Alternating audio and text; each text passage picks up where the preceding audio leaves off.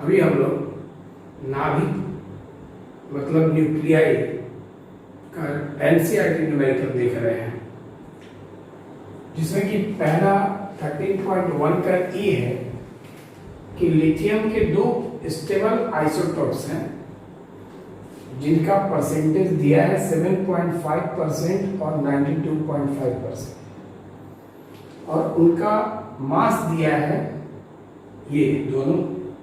तो आपको average atomic weight पता करना है। हिंदी में अस्थायी समस्थानिक दो दिए गए हैं जिनका प्रतिशत इतना दिया है, और द्रव्यमान इतना दिया है, तो उनका औसत परमाणु द्रव्यमान ज्ञात करना है। इसके लिए हमने आपको इस पाठ न्यूक्लियाई के शुरू में ही आपको बताया था कि सबसे पहले आपके जो आइसोटोप्स दिए हैं सॉल्यूशन में, पहला आइसोटोप्स है 3Ni6 जिसका मास नंबर A1 6.01512 यूनिट दिया है। इसका परसेंटेज जो है वो N1 मानते हैं, जो 7.5% मतलब 7.5 डिवाइड बाई 100, ये N1 दिया है। दूसरा आइसोटॉप्स 3Li7 जिसका मास रिस्पेक्टिवली में 7.01600 यूनिट, इसका N2 जो दिया है परसेंटेज 92.5%, मतलब ये होगा। एवरेज एटॉमिक वेट का फॉर्मूला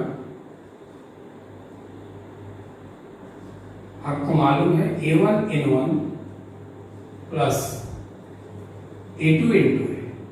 A1 का मतलब ये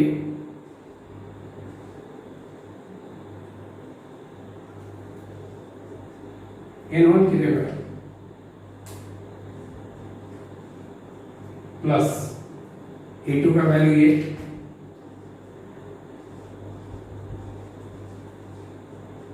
इंटू N2 की जगह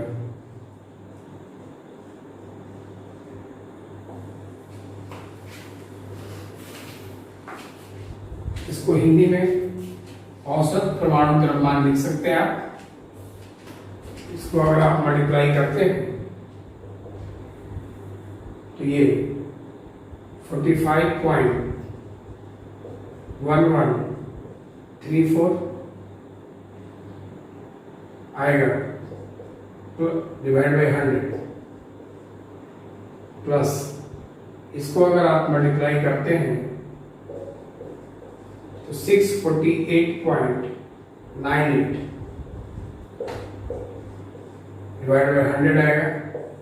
एलसीएम ले लेंगे 100 का,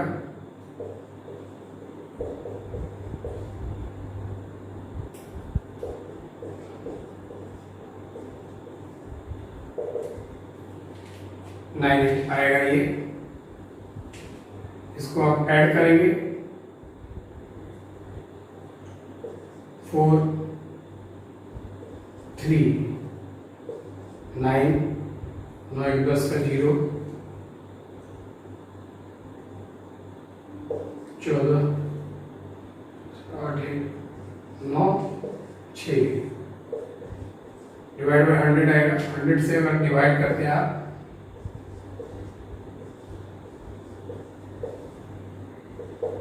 नहीं तो आप इसको 694 या 1 यूनिट भी लिख सकते हैं। यू एटॉमिक मास यूनिट करके इसको लिखा जा सकता है। तो ये आपको लिथियम का एवरेज एटॉमिक वेट हुआ। आगे इसका बी क्वेश्चन देखते हैं हम लोग। ये एनसीईआरटी का क्वेश्चन 13.1 का बी है, जिसको हमने शॉर्ट में लिखा है। इसमें दिया क्या है, थोड़ा ध्यान देंगे कि बोरोन के दो आइसोटोप्स हैं 5 बोरोन 10 और 5 बोरोन 11, जिसके मास दिए गए हैं और एवरेज एटॉमिक वेट इतना बताया गया है। तो कह रहे हैं कि दोनों का नेचर में परसेंटेज कितना होगा ये पता करना है। तो मान लेते हैं कि इसके परसेंटेज को आप N1 सपोज करते X%, और ये दोनों मिला के 100% होगा, जिसमें अगर ये X% होता है तो ये बचेगा कितना, 100 माइनस X%। जितने भी आइसोटॉप्स होते हैं किसी एक एलिमेंट के, वो टोटल मिला के तो 100% ही होंगे। तो उसी तरह से अगर ये दोनों मिला के 100%, तो उसमें से अगर ये X% है तो अगला ये बचेगा कितना, 100 माइनस X। तो आपको मालूम क्या है कि, और यही आपको निकालना है, एवरेज एटॉमिक वेट बराबर A1N1 प्लस A2N2, A1 का वैल्यू और ये दिया है एवरेज A1 यहां पे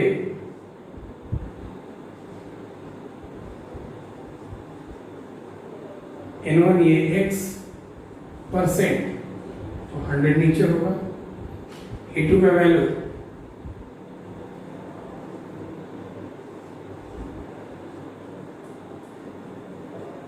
N2 के जगह इतना परसेंट कहने का मतलब डिवाइड बाय 100। अगर आप इसको सॉल्व करते हैं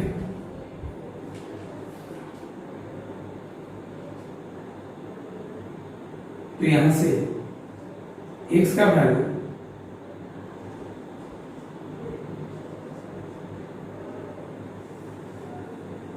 19.9% आएगा। मतलब N1 जो था वो X% था, मतलब ये 99.9% होगा। N2 जो था वो 100 माइनस X%, मतलब 100 माइनस X की जगह 19.9, इसको जब आप घटाएंगे इसमें से तो ये 80.1% होगा। ध्यान देंगे। अगला क्वेश्चन देखते हैं हम लोग। अभी हम लोग 13.2 NCERT का शॉर्ट में क्वेश्चन यहाँ लिखा हुआ है कि नियॉन के 3 आइसोटॉप्स दिए हैं, नियॉन 20, नियॉन 21, नियॉन 22, जिनके मासेस यहाँ दिए गए और जिनका नेचर परसेंटेज इतना है। देखिए जितने भी आइसोटॉप्स होते हैं वो सबका टोटल 100% होता है। ये तीनों को अगर आप जोड़ेंगे तो ये 100% आएगा, 100%। इसीलिए पिछले वाले क्वेश्चन में आपने क्या किया था, x माना था तो दूसरा जो था वो 100 माइनस x होगा। इसमें उसी तरह तीनों है, तीनों का सम 100% है। तो ध्यान रखेंगे आप। इसको अगर आप लिखते हैं 90.51 डिवाइड बाई 100, इसको लिखेंगे 0.27 डिवाइड बाई 100, इसको लिखेंगे 9.22 डिवाइड बाई 100।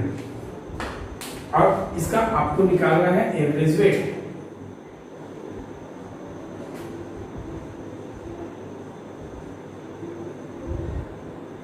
तो solution,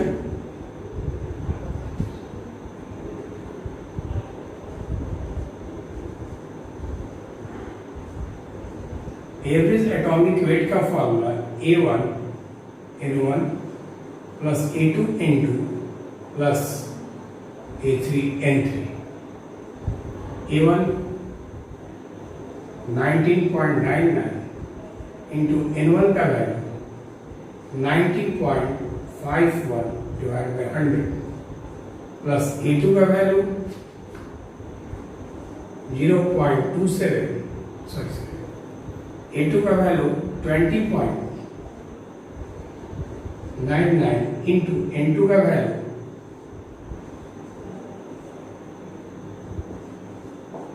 0.27 divide by 100 plus A3 का वैल्यू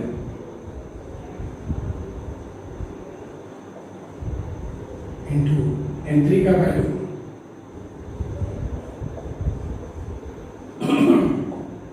इसको आप मल्टीप्लाई करेंगे तो ये 1809.29 डिवाइड बाई 100 आएगा।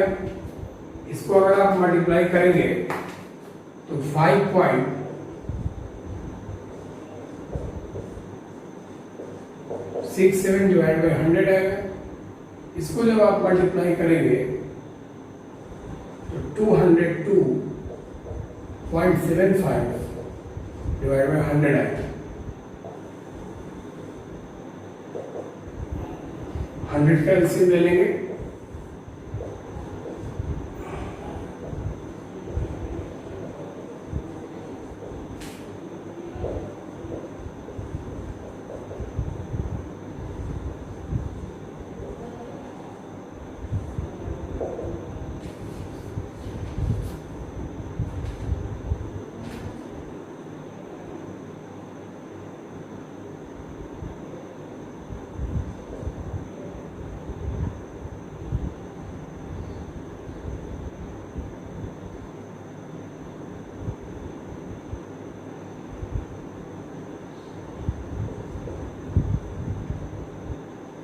इसको ऐड करते हैं।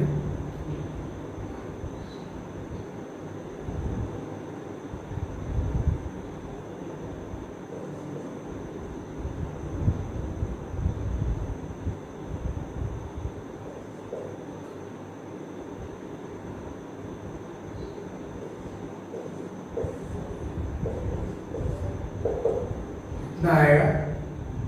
100 से डिवाइड करेंगे 20.1771 यूनिट, ये इसका एवरेज वेट निकला। आगे देखते हैं हम लोग क्वेश्चन। अभी इस क्वेश्चन में हम लोग को बाइंडिंग एनर्जी निकालना है, मतलब बंधन ऊर्जा। इसके बारे में हमने आपको बताया था कि मास डिफेक्ट का जो मास डिफेक्ट एनर्जी में बदलता है, मतलब मास डिफेक्ट की एनर्जी को हम लोग बाइंडिंग एनर्जी कहते हैं, मतलब द्रव्यमान क्षति की ऊर्जा को हम लोग बंधन ऊर्जा कहते हैं। इसका मतलब है कि इसके पहले आपको मास डिफेक्ट मतलब द्रव्यमान क्षति निकालना है। किसके लिए? तो क्वेश्चन है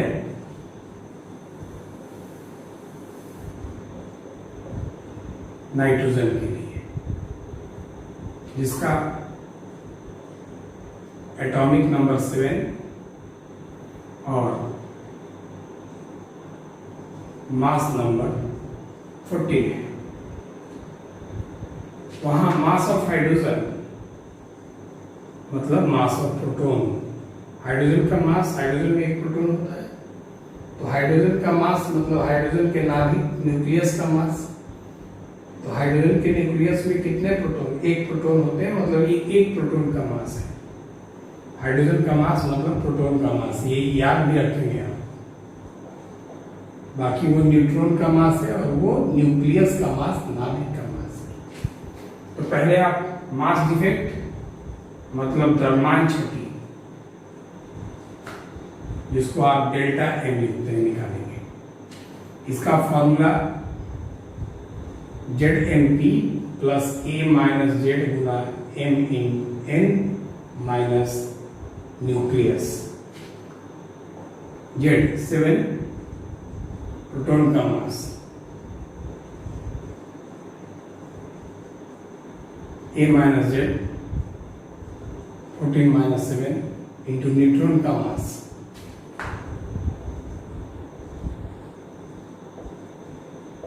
माइनस न्यूक्लियस का मास, नाभिक का मास। ये नाभिक वाला, ये न्यूट्रॉन वाला और ये प्रोटॉन वाला लिख लिए।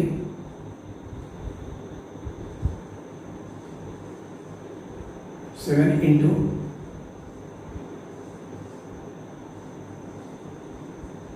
14 माइनस 7 7,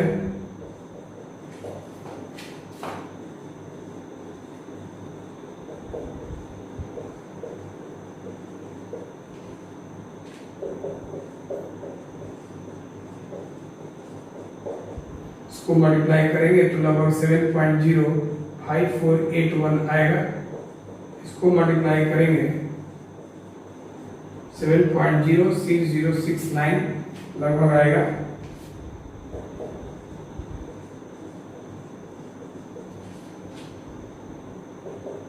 इसको जोड़ेंगे आप 14.1150 लगभग आएगा।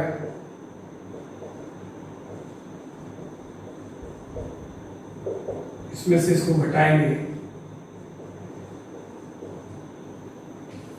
ये आपको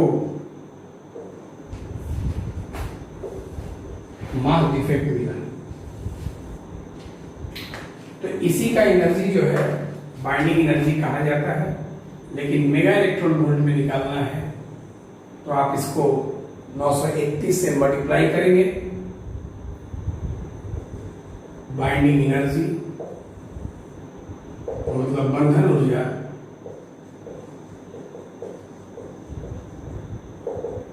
डेल्टा एन